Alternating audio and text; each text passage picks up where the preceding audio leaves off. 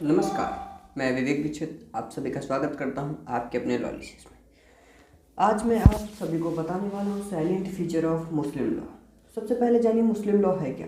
Muslim law basically related to Muslims था। जब आपके इंडिया पर मुस्लिम इन्वेडर्स ने आक्रमण किया, मुगल्स एम्परर ने रूल किया, तब ये आपका लॉ जो आया। तो बेसिकली क्या आपको लगता है कि ये मुगल टाइम तक ही रहा? नहीं, ये आपके ब्रिटिश इंडिया पर भी रहा, ब्रिटिश रूल था तब भी रहा। बेसिकली जब औरंगजेब आया तो औरंगजेब ने इस क्रिमिनल लॉस को एक जगह कोडिफाई करवाया, फतवाए आलमगीरी नाम से। फतवाए आलमगीरी में आपके क्रिमिनल से रिलेटेड क्राइम्स मेंशन थे और फतवाए आलमगीर में आपके क्रिमिनल केसेस मेंशन थे।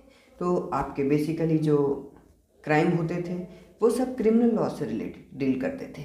और जो आपका मुस्लिम लॉ है क्राइम का, ये बेसिकली डील करता था मुस्लिम लॉ कुरान से आया था, ठीक है, जिसका मेन पर्पस था सोसाइटी में जस्टिस मेंटेन करना। और ये ब्रिटिश रूल तक रहा। इवन अभी भी आप पर्सनल लॉस के नाम से मुस्लिम लॉ देखते होंगे, हिंदू लॉ और मुस्लिम लॉ। ब्रिटिश ने मुस्लिम लॉ को ज़्यादा वरीयता दी। क्यों? क्योंकि वो इस टाइम पर प्रेवेल कर रहा था सोसाइटी में ज़्यादातर मुग़ल रूलर्स थे, तो इसीलिए वो अपने आप को, जो मुग़ल थे वो क्रिमिनल लॉ मुस्लिम्स वाला चला रहे थे, इसीलिए ब्रिटिश ने भी ज़्यादातर इम्पैक्ट मुस्लिम लॉ का ही रहा है। तो चलिए जानते हैं कितने टाइप के क्राइम्स थे, क्या पनिशमेंट थी उनकी, ये सब चीज़ें अभी हम। तो silent feature of Muslim law में आपने देखा होगा 3 प्रकार के ऑफेंसेस थे। एक ऑफेंस अगेंस्ट गॉड, यानी कि अल्लाह के विरुद्ध कोई भी आप कोई ऐसा कुकर्म करिए या अपराध करिए। एक तो ऑफेंस अगेंस्ट स्टेट, आप अपने राज्य के खिलाफ कोई अपराध करिए। और एक ऑफेंस अगेंस्ट प्राइवेट या इंडिविजुअल, किसी भी इंडिविजुअल किसी भी पर्सन के साथ करिए, तो वो आपका, ये आपके 3 टाइप्स के ऑफेंसेस थे। उसके बाद आपके 5 टाइप्स की पनिशमेंट थी। तो पहला था रिटेलिएशन मतलब बदला, जिसको आप बोल सकते हैं आँख के लिए आँख और हाथ के लिए हाथ। उसके बाद था दिया मतलब अगर आप किसी का खून कर रहे हैं तो ब्लड मनी से रिलेटेड था। आप किसी का खून कर रहे हैं, उसके घर वाले या परिजन जो हैं वो पैसे ले लेते हैं, तो आपका मामला वहीं पर मैटर सॉल्व हो जाता है। उसके बाद आता है हद में आपकी डिफाइंड पनिशमेंट थी, जो सज़ा थी उसकी क्या सज़ा होगी, ये सारी चीज़ें उसमें डिफाइंड थी। और उसके बाद आता है ताज़ीर क्या था, डिस्क्रिशनरी पनिशमेंट थी। उसके बाद आता है सियासत में आपके ऑर्डिनरी जो किंग था, एग्जाम्पलरी पनिशमेंट दी जाती थी। कोई भी क्राइम है जिसको आपने किया हो, हीनियस क्राइम कर दिया, उसके लिए किंग आपको एग्जाम्पलरी तौर पर पनिशमेंट दे देता था। सजाए मौत है, या आपको चौराहे पर खड़ा करके आपका गर्दन काट दी जाए, ये सारी चीज़ें आपकी सियासत में आती थी। इन 5 पनिशमेंट के बाद एक था आपका किसास का मीन्स था बदला।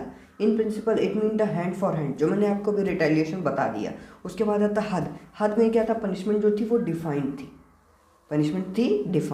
कि आप किस चीज़ के लिए केस करेंगे, एडल्ट्री के लिए, फॉर्निकेशंस के लिए, फॉल्स एक्यूजेंस के लिए, इन सभी चीज़ों, और ड्रिंकिंग ऑफ वाइन के लिए, थेफ्ट के लिए, चोरी के लिए, इन सभी की जो पनिशमेंट थी वो डिफाइंड थी, ठीक है। तो चलिए देखते हैं कि किस चीज़ के लिए कौन सी पनिशमेंट थी। तो सबसे पहले आपको देखना होगा कि फॉर्निकेशन के लिए क्या था। फॉर्निकेशन के लिए पनिशमेंट थी 100 स्ट्रोक ऑफ विप, यानी कि जो पहले कोड़ा चलता था जिससे मारा जाता, विप आप लोग जानते होंगे, जो जोकर लोग लेकर के ऐसे ऐसे करते हैं और एनिमल्स को करवाते हैं, सर्कस वगैरह में देखा होगा, उसे कोड़ा कहा जाता था। तो 100 स्ट्रोक फॉर्निकेशन का था। पनिशमेंट आप नोट कर सकते हैं, 100 stroke of whip for fornication. False accusation के लिए आपको 80 स्ट्रोक था, ठीक है। या फिर मैरिड पर्सन पर आप एडल्ट्री लगा रहे हैं तो उसके लिए भी आपके लिए 80 स्ट्रोक, यानी कि 80 स्ट्रोक ऑफ विप, 80 कोड़े, समझ सकते हैं आप। उसके लिए आपका theft, loss of right hand, अगर आपने चोरी की है तो आपका राइट हैंड काट दिया जाएगा। ये आपके क्रिमिनल लॉज हैं मुस्लिम से रिलेटेड, मुस्लिम टाइम के, ठीक है। तो ये आपके मुस्लिम लॉ बहुत ही इम्पैक्ट थे ज़्यादातर सोसाइटी पर। उसके बाद आपका आता है रॉबरी में या तो आपके हाथ काट दिए जाएंगे या तो पैर या फिर दोनों। ज़्यादातर तो हैंड एंड फीट दोनों काटे जाते थे रॉबरी में, आप लॉस कर जाएंगे, आपसे हाथ और पैर दोनों गए अगर आपने रॉबरी की मुस्लिम लॉ के टाइम पर, जब मुस्लिम लॉ प्रिवेल कर रहा था पूरे इंडिया पर। बट अब तो आप वो पर्सनल लॉ बन चुका है और उसकी जगह पर आ चुका है आपका आईपीसी, ठीक है। उसके बाद आपका है रॉबरी विद मर्डर, अगर आपने रॉबरी भी की है और मर्डर भी कर दिया है तो आपको सजाए मौत, सेंटेंस टू डेथ पनिशमेंट। फिर आपने अगर ड्रिंकिंग वाइन तो 80 स्ट्रोक ऑफ द विप, यानी कि आपको 80 स्ट्रोक, कोई भी आप शराब पी रहे हैं, वाइन पी रहे हैं तो उसके लिए भी पड़ेगा। और आपने अगर अपोस्टेसी की है तो उसके लिए भी सजाए मौत है। मैंने पढ़ा, देखा भी ऊपर कि एक 5 पनिशमेंट से ज़्यादा एक ताशीर भी था। तो ताशीर जो बेसिकली था वो नॉन हिंदूज़ के लिए लगता था। इस पर क्या होता था, आप कोई भी गलत काम करिए तो जो ऑफेंडर होता था उसको एक एज पर बैठा कर उसके टेल की तरफ उसका मुँह करके पूरी मार्केट में घुमाया जाता था। और आपका दिया दिया यानी कि ब्लड मनी से रिलेटेड होता था।